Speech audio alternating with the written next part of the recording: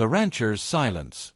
The wind carried the dry scent of sagebrush across the sprawling plains, rattling the shutters of the small ranch house like a restless spirit. Inside, the fire crackled low, struggling to beat back the morning chill. Daniel Harper, a man whose face bore the sun-worn lines of 40 hard years, sat alone at the wooden kitchen table. His coffee had gone cold, but he barely noticed. Most mornings were the same, quiet, hollow, haunted by the absence of laughter that had once filled these walls. 3 years had passed since his wife, Clara, died in childbirth, leaving him with nothing but a small plot of land, a weathered home, and the echo of her memory. He still wore his wedding band, though its shine had dulled like everything else in his life. The townsfolk called him the Silent Rancher. He spoke little, worked hard, and kept to himself. Women had tried to bring him pies, neighbors had offered sympathy, but Daniel had learned to live inside a shell of grief. He didn't believe in miracles anymore. That was before he hired the girl. Her name was Lydia, though when she first arrived, she barely dared to say it above a whisper. She was just 19, slight of frame, with long brown hair she often kept tied back in a simple braid. She came to his ranch after word spread that Harper needed help cooking and tending the household, since his long hours in the saddle left little time for keeping order indoors. Daniel had agreed, not out of hospitality, but because he was tired of eating dried beef and stale biscuits every night. He expected her to do her job and keep quiet. He didn't ask about her past, though the way her eyes darted and her hands fidgeted told him enough. There were stories there, perhaps ones she didn't want to tell. For weeks, she moved like a shadow around the house, careful not to draw attention. She scrubbed the floors, patched torn shirts, and cooked meals with a kind of care only someone who had gone hungry before could manage. Daniel noticed her skill, though he rarely said more than a gruff, "Thank you." But one morning, everything shifted. Daniel had returned from mending a section of broken fence out by the north pasture. The sun was barely up, painting the horizon in muted gold. His boots were caked with dust, and he carried the smell of horse and leather into the house. He pushed open the door, expecting the usual silence broken only by the clatter of pans. Instead, he heard a soft sound. It wasn't the hiss of a skillet or the thump of bread dough being kneaded. It was broken, hushed, trembling, crying. Daniel froze in the doorway, his weathered hat in his hand. Across the kitchen, Lydia stood at the stove, a wooden spoon in her hand. Her back was to him, shoulders shaking. The pot in front of her bubbled, forgotten, while her free hand covered her face. She thought she was alone. Daniel's first instinct was to step back out and give her privacy. He had never been a man to intrude. But something in that sound pierced him deeper than a bullet could. For 3 years he had shut his heart to sorrow, believing his pain was too great for anyone else to touch. Yet here, in his kitchen, was someone carrying her own burden, and it tugged at the part of him he thought was long dead. He cleared his throat. Lydia startled, nearly dropping the spoon. She turned quickly, wiping her eyes with the back of her sleeve, forcing a weak smile. "Sorry, Mr. Harper. Breakfast'll be ready soon." Her voice wavered, betraying her. Daniel set his hat on the table. "You're cryin'," he said simply. Lydia shook her head. "No, sir. Just the onions." He glanced at the pot. No onions. Just porridge. Silence stretched between them. The only sound was the low simmer of oats and the distant call of a meadowlark outside. Daniel wasn't good with words. He'd never been.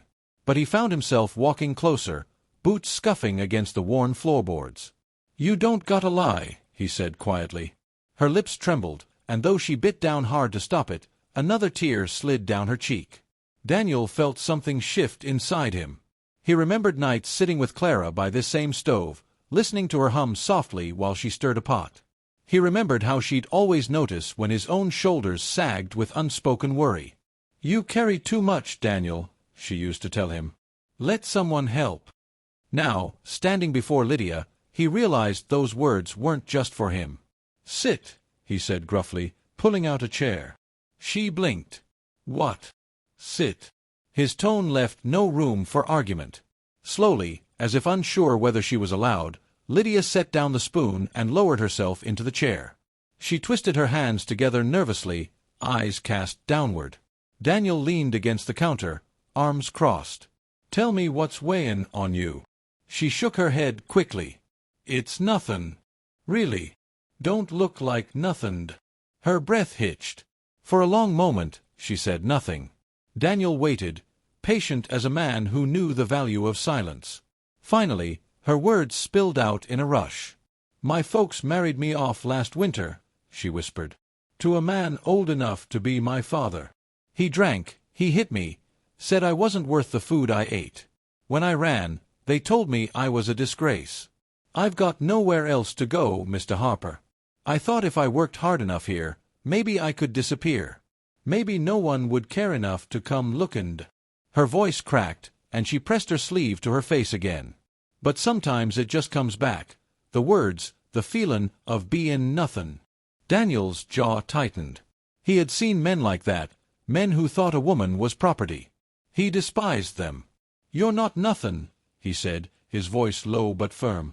Lydia looked up, startled by the certainty in his tone. Daniel straightened. "You work hard. You keep this place runnin' better than I deserve. You matter, Lydia. Don't let anyone tell you different." For the first time since she'd come, he saw a flicker of warmth in her eyes, a tiny flame fighting against the darkness. "Thank you," she whispered. He nodded, awkward in the face of her gratitude. He wasn't a man for speeches, but he knew this much: he wouldn't let her carry that weight alone. The rest of the morning passed differently. Daniel found himself lingering at the table while Lydia finished the porridge, making small talk about the cattle and the weather. She answered softly, but her voice steadied with each word. As they ate, Daniel studied her in the quiet way he always did. She wasn't just a hired girl anymore. She was someone who had been broken and cast aside, much like he had been. And maybe, just maybe, the two of them could begin to heal in each other's company. When breakfast was over, Daniel stood, pulling on his hat. "Got fence lines to check," he said. But before he stepped out the door, he added something unusual, something he hadn't said in years. "You did good this mornin'. Don't forget it." Lydia's eyes widened slightly, and a faint smile touched her lips. As Daniel mounted his horse and rode out across the fields, the words echoed in his own chest. He didn't know what tomorrow would bring. But for the first time in a long while, he felt the faint stirrings of change. And deep inside, he knew that the morning he found her weeping in his kitchen was the morning both their lives had begun to shift. A new beginning. The days after that morning carried a different rhythm. Something unspoken had shifted between Daniel Harper and the girl who had come to his ranch with downcast eyes and a trembling voice. He still worked the cattle, still fixed fences and hauled water, but he found himself listening for the soft sound of Lydia moving about the house. She still rose before dawn, still baked fresh bread and tended the chickens, but her silence wasn't as heavy as it had been before. She hummed sometimes while kneading dough. She asked him how many head of cattle he had driven to market years back. She even smiled, though faintly, when his old sheepdog Rufus tripped over his own paws chasing a rabbit. Daniel noticed. And though he wasn't a man to speak much, he found himself wanting to notice more. One evening, the sun dipped low, staining the sky in a blaze of orange and rose. Daniel came in from the barn, shoulders aching from mending harness leather. The smell of stew reached him before he even stepped inside, rich and savory. When he entered, Lydia was at the stove again, stirring with care. But this time, her face wasn't hidden in tears. Daniel sat at the table, removing his hat, and said quietly, "Smells good." Lydia glanced over her shoulder, startled by the compliment. "It's just rabbit, sir. Nothin' special." "It's special enough when a man's been livin' on jerky near half the winter," he answered, and to his surprise, she laughed softly. They ate together, the clink of spoons filling the gaps between words. Then, after a long silence, Lydia spoke. "Mr. Harper, why'd you hire me?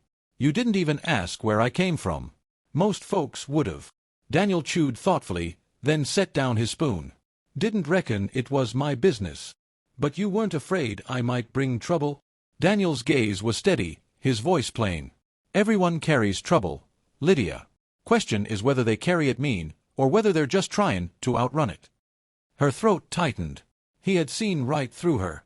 "Clara, my wife," Daniel paused, swallowing the lump that always rose when he said her name. "She used to say, 'Don't judge a person by the storm they come out of. Judge 'em by the way they walk once the rain stops.' I figured you deserved that chance." Lydia blinked quickly, tears threatening again. But these weren't the same tears of despair from before. They were something softer, something edged with hope. Over the next weeks, she grew braver. She began tending the small garden Clara once loved, pulling weeds with determination. She asked if she could help mend tack, and Daniel taught her how to oil leather until it shone. She even rode one of the gentler horses, her laughter startling them both when the gelding snorted and tossed his head like a playful pup. One evening, sitting on the porch, Lydia finally told him more of her story. About the man who had struck her. About the parents who turned their backs when she begged to come home. About the nights she spent walking the road, cold and hungry, before she found her way to his ranch. Daniel listened, jaw tight, but he never interrupted. When she finished, her voice trembling, he said only, "You're safe here." Those 3 words were more powerful than any promise she'd ever been given. But the past has a way of clawing its way back. It happened one Saturday in town. Daniel hitched the wagon, planning to pick up seed and supplies, and Lydia asked timidly if she could come along. It had been months since she dared step foot among crowds. He agreed, glad for her courage. At first, it was simple. She lingered near the shelves of fabric in the mercantile, her fingers brushing over faded calico prints, a wistful smile touching her lips. Daniel busied himself with barrels of oats and bags of flour. But then he saw her freeze. Across the street, a tall, broad man stumbled out of the saloon, bottle in hand. His face was red with drink, his shirt half untucked. Daniel noticed the way Lydia went pale, the way her breath quickened. "Lydia?" Daniel asked, stepping closer. She couldn't speak. Her eyes were locked on the man. The drunkard turned, scanning the street, and his gaze fell on her. A cruel grin spread across his face. "Well, I'll be. My runaway wife." Daniel's blood went cold. The man started forward, swaggering across the road. "Thought you could shame me, girl? Thought you could hide out, play house with someone else? You're coming back where you belong." Lydia shrank behind Daniel instinctively. Daniel stepped forward, squaring his shoulders. His voice came out low and dangerous. "She don't belong to you." The man sneered. "Who the hell are you?" "I'm the man standin' between you and her. That's all you need to know." A tense silence fell over the street. Folks had stopped to watch, whispering at the sight of Daniel Harper, usually quiet, withdrawn, standing like a wall in front of a terrified girl. The drunkard spat in the dust. "She's mine by law. Ain't nothin' you can do about that." Daniel's hand twitched near his belt. He didn't draw his gun yet. His voice stayed level, but each word cut like steel. "You had your chance to be a husband. You raised your hand against her. That voids any claim you ever thought you had." The man barked a laugh, but it faltered under Daniel's glare. "Now," Daniel said slowly, "you'll turn round and walk away, or you'll find out just how quick a rancher can be when he's protectin' what matters." Something in Daniel's tone, calm, unflinching, backed by the weight of a man who'd lost enough already, made the drunkard hesitate. He muttered a curse, but after a moment, he staggered back toward the saloon. Lydia's knees nearly gave out with relief. Daniel steadied her with a gentle hand on her arm. "Let's get you home," he murmured. The wagon ride back was quiet, the clop of the horses' hooves the only sound. Lydia kept her hands folded tightly in her lap, her face pale. "Thank you," she whispered at last. Daniel glanced at her, his grip firm on the reins. "You don't owe me thanks. No one's got the right to break you down like that. Not while I'm around." Her throat worked, tears sliding silently down her cheeks. "I thought I'd never be worth standin' up for." Daniel's jaw tightened. "You are. Don't let anyone tell you different." In that moment, something deep within her heart shifted. For the first time in years, she believed it. Spring came to the ranch with wildflowers along the fence lines and new calves bawling in the pastures. Lydia's cheeks grew rosier, her steps lighter. She laughed more often, especially when Rufus stole biscuits off the cooling rack. She sang sometimes while hanging laundry, her voice carrying soft and sweet across the yard. Daniel watched her, and though he tried to keep his heart guarded, he felt warmth where once there had only been emptiness. One evening, he found her in the garden, kneeling among the rows of sprouting beans. The sunset lit her face in gold, and for a moment, Clara's memory stirred in him. But instead of guilt, he felt peace. Clara had wanted him to keep living. Maybe this was what she had meant. "Lydia," he said quietly. She looked up, dirt on her hands, a loose strand of hair framing her face. "I know you've been through more than you ever deserved," he said, voice rough with emotion. "But you've brought this place back to life. You've brought me back to life. And I'd be honored if you'd stay, Not just as someone who helps with the chores, but as family. As my wife. Her eyes widened, tears spilling freely now. You mean that? Daniel nodded. I ain't a man with fancy words. But I'll treat you with respect all my days. And I'll never let you feel like you're nothing again. For a heartbeat, she couldn't speak. Then she smiled through her tears. Yes, Daniel. Yes. Daniel's voice softened. That was the day my life changed. The day I realized God hadn't left me to live in silence forever. He sent me you. In the quiet of the ranch house, where sorrow had once lived, hope had taken root. And as the widowed rancher held his new bride close, both knew that sometimes the smallest act of kindness, of standing beside someone in their pain, was enough to change a life forever.